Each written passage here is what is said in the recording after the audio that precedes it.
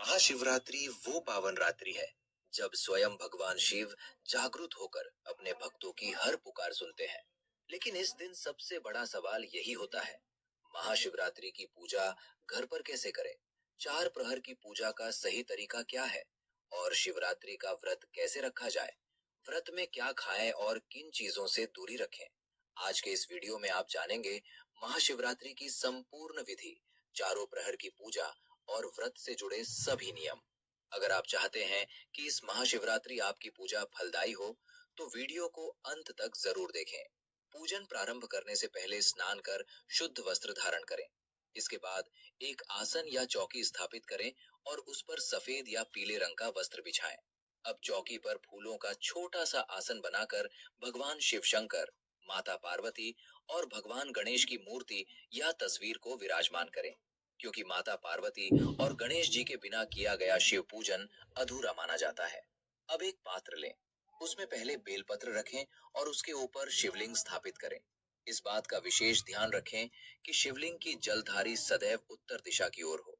इसके बाद देसी घी का दीपक प्रज्वलित करें और हाथ जोड़कर संकल्प लें, हे भोलेनाथ, आज मैं आपके निमित्त ये व्रत और पूजन कर रहा या कर रही हूँ। कृपया मेरी पूजा स्वीकार करें।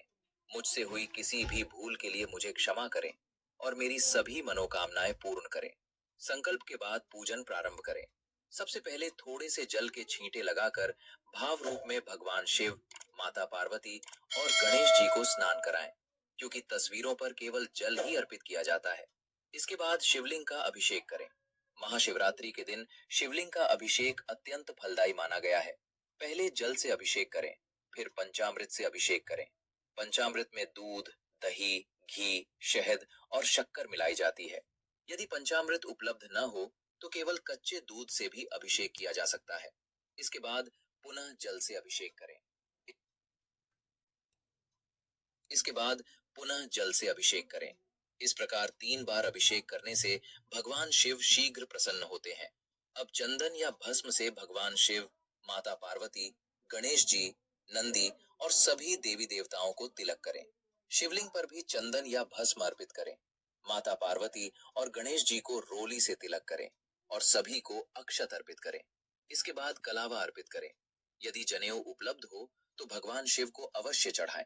महाशिवरात्रि शिव पार्वती विवाह का पर्व भी है, इसलिए इस दिन माता पार्वती को लाल चुन्नी या लाल साड़ी अर्पित करना अत्यंत शुभ माना जाता है।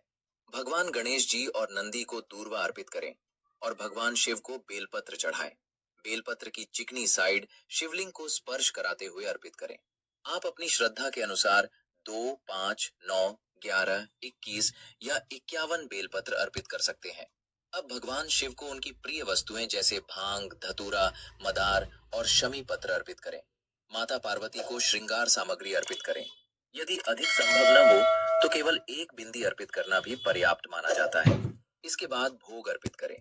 महाशिवरात्रि के दिन बेर का भोग विशेष फलदायी माना गया है, लेकिन यदि बेर उपलब्ध न हो, तो कोई भी फल अर्पित किया जा सकता है। अब बात करते हैं महाशिवरात्रि की रात्रि के 4 प्रहर की पूजा की। पहला प्रहर प्रदोष काल में होता है, जो सामान्यतः शाम 6 बजे से रात 9 बजे तक रहता है। इस प्रहर में भगवान शिव को गाय के दूध से अभिषेक किया जाता है और फिर जल धारा अर्पित की जाती है। ओम नमः शिवाय मंत्र का जप करते हुए आरती करें। इस प्रहर की पूजा से धर्म का मार्ग प्रशस्त होता है। दूसरा प्रहर रात 9 बजे से 12 बजे के बीच होता है। इस समय शिवलिंग पर दही अर्पित करें और फिर शुद्ध जल से अभिषेक करें। इस प्रहर में शिव मंत्र का जप करने से धन, समृद्धि और लक्ष्मी कृपा की प्राप्ति होती है। तीसरा प्रहर मध्य रात्रि का होता है, जो रात 12 बजे से सुबह 3 बजे तक रहता है। ये चारों प्रहरों में सबसे अधिक महत्वपूर्ण माना गया है। इस समय भगवान शिव का घी से अभिषेक करें और फिर जल अर्पित करें। रुद्राष्टक, शिवाष्टक या पंचाक्षर मंत्र का पाठ करें। कर्पूर गौरम करुणावतारम, इस मंत्र के साथ ध्यान करने से सभी मनोकामनाएं पूर्ण होती हैं।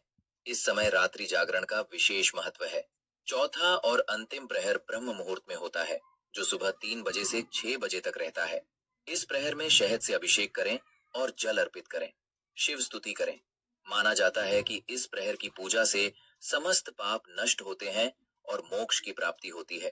इस प्रकार पहले प्रहर से धर्म, दूसरे प्रहर से अर्थ तीसरे प्रहर से काम और चौथे प्रहर से मोक्ष की प्राप्ति होती है। यदि कोई भक्त चारों प्रहर की पूजा न कर सके तो कम से कम मध्य रात्रि में भगवान शिव का ध्यान और मंत्र जप अवश्य करे, क्योंकि ये समय सबसे अधिक फलदायी माना गया है। अंत में आरती करें, व्रत कथा पढ़ें या सुने, यथाशक्ति दान दक्षिणा दें और भगवान शिव से हाथ जोड़कर पूजा में हुई सभी त्रुटियों के लिए क्षमा याचना करें।